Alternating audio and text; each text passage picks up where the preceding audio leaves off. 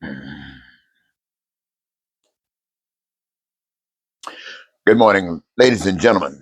Eddie Marcus here again, spokesman and advocate of basic human rights for all people. My concern is that the joy, absent pain, and suffering that I love, crave for an entire life, I kind of feel the same way for everybody else. I grew up in the South, Mississippi, poverty stricken, sharecropping, my folks' connection. And I couldn't wait to get out of Mississippi growing up. And that's what I did. But one thing I remembered when I was in Mississippi is that as a black person, we have to go to church all the time. It was almost like that was our relief. That was our Saturday night when everybody else might be going out to party. Some of us go to church and talk about God, read the scriptures, so on and so forth, plan a better world, believe in a better world. And I would watch people growing up as I did, and I would see people going to church and reading these scriptures and working on programs. And I see these people getting happy, really happy in churches. Sometimes they would do what we call speaking in tongues. Sometimes we would see people falling over benches and passing out from what we call the Spirit, the Holy Ghost. Is too much for them.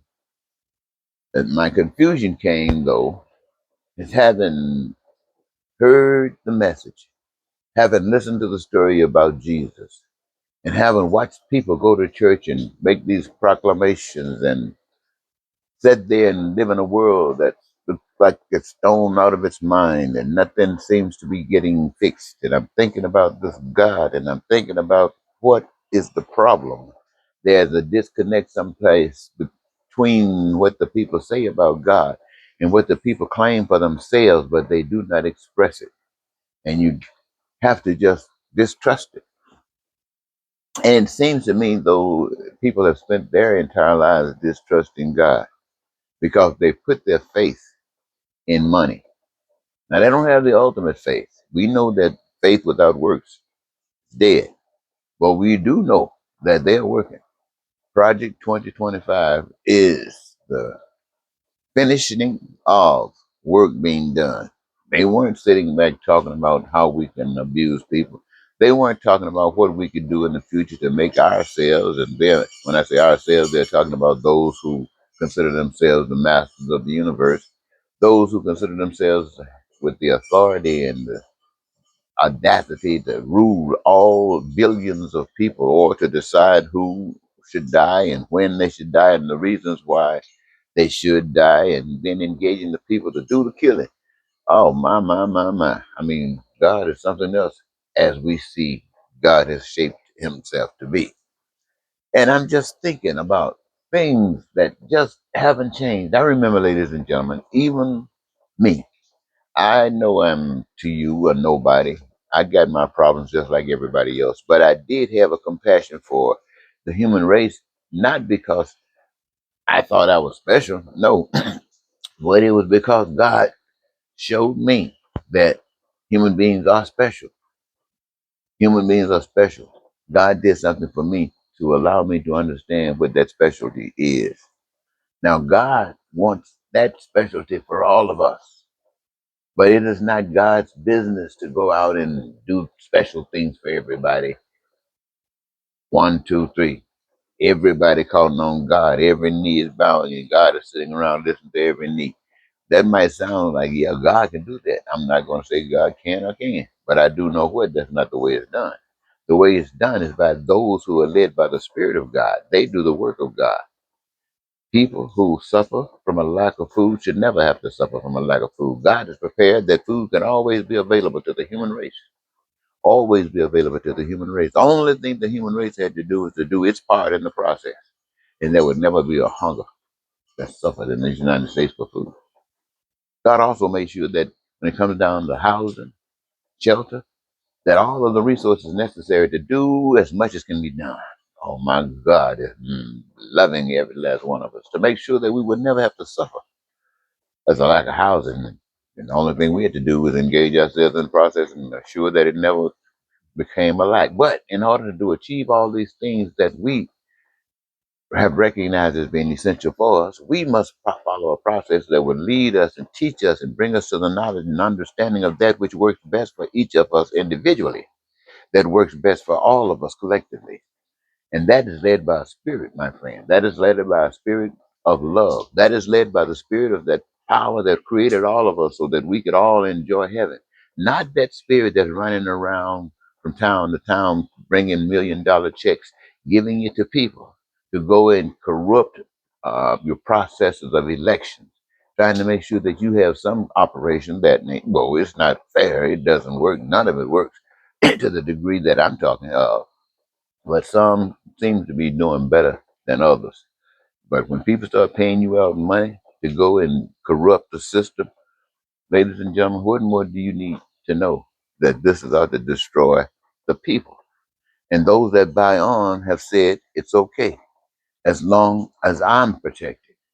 See, in the election of 2024, when Donald Trump, I don't know how he stole it, but he stole it. The people who voted for Donald Trump, they know Donald Trump is evil. In fact, they themselves are just as evil. But they really voted for Donald Trump because they wanted Donald Trump to do those things that Donald Trump was talking about to others. And they expected Donald Trump to do to others what Donald Trump was saying, but not to them. And they were so caught up in it, they did not recognize the fact that the good stuff that happened for black people in America was not just for black people. The good things that happened for black people in America benefited other people. In fact, more so than it did black people. But see, other folks didn't see that because they've been trained to overlook black. Black don't exist. Anything that happens, well, you know it come from, especially if it's good.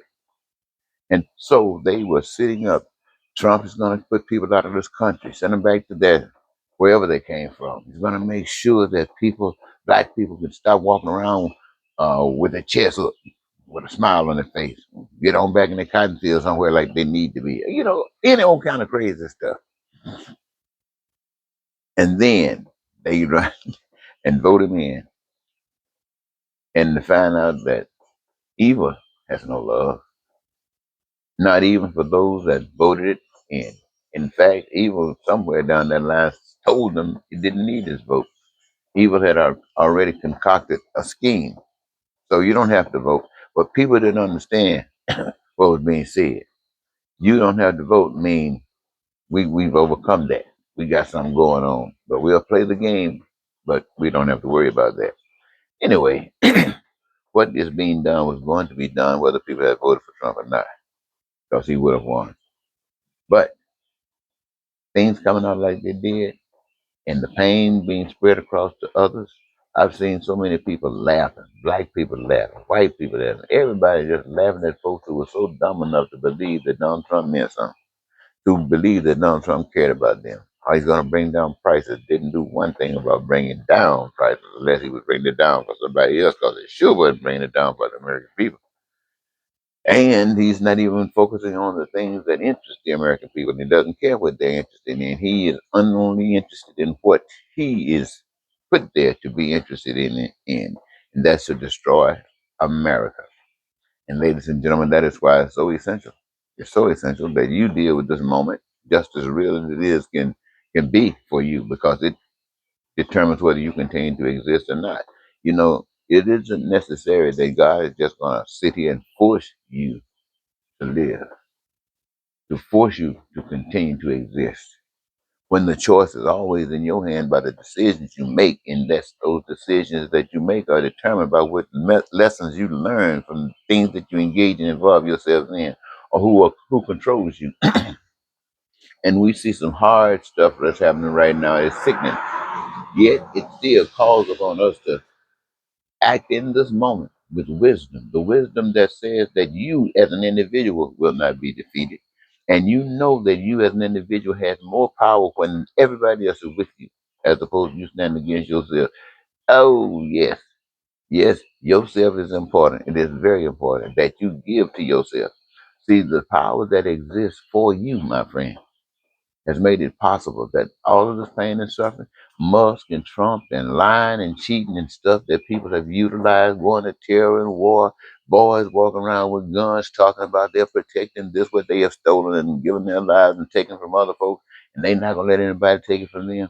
All of that stuff that's talking about you should go somewhere and sit down, that's only because you have no solutions. You have no solutions. You did not know that everybody on the face of the earth could have a job, could have a career. You did not know that everybody on the face of the earth can and was designed from the beginning of time that you could choose something that you love.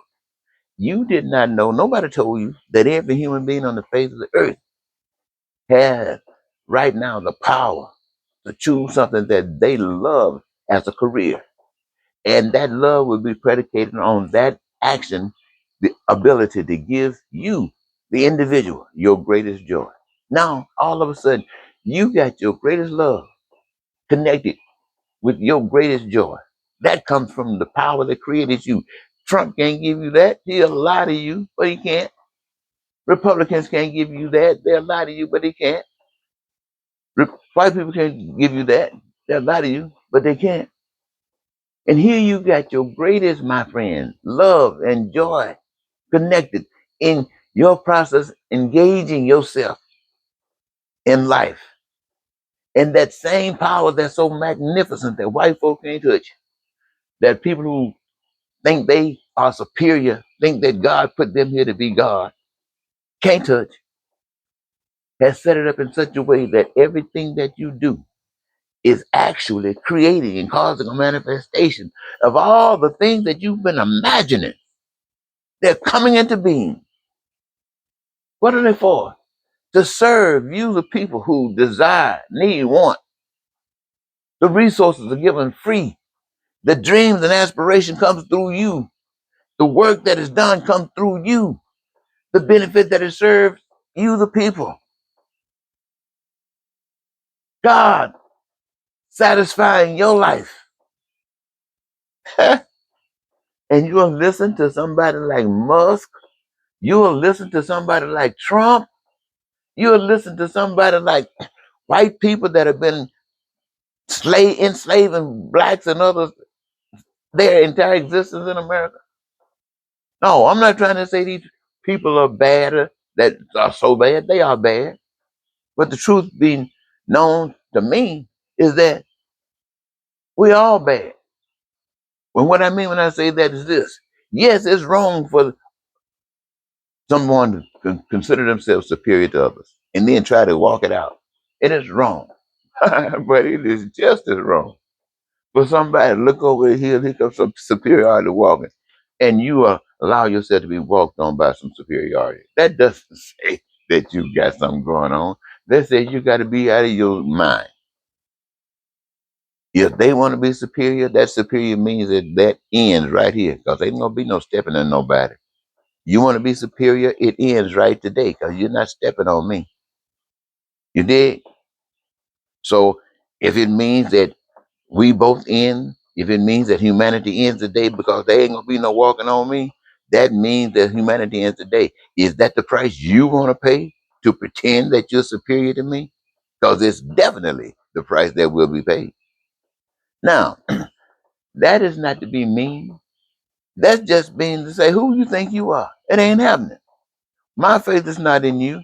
I know what we can do when we work together, but my faith is not in you. My faith is in that which is able to take me from this mess. And still I don't have anything to fear.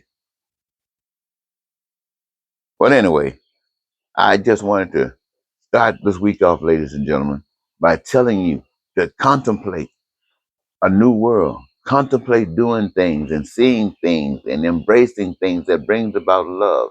Contemplate seeing all of the children having a chance to go to school to learn at a very young age, wherever they must be. Or if the mothers wants to raise their own children, don't want to even put them in school, but don't have to suffer any lack or loss of anything that society offers because you just just decide to choose this path.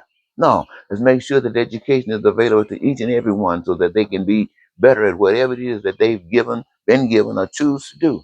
Let's make sure that they have the health care to protect them from sicknesses and diseases, to make sure that they are healthy, that they can walk around and live as gloriously wonderful and alive and smiling as they possibly can, making sure that the sickness is called cancer and those kind of diseases that try to wipe you out. Make sure that they got the dental care. Let's make sure that people got the best care that they can possibly get. Why? Because God is real. And how do we know? Because God is in us. And you know what? What? This that we experience, this what we show is God. Let's think about that for a while, ladies and gentlemen. Okay? Until next time, this is Eddie Marcus saying goodbye for now.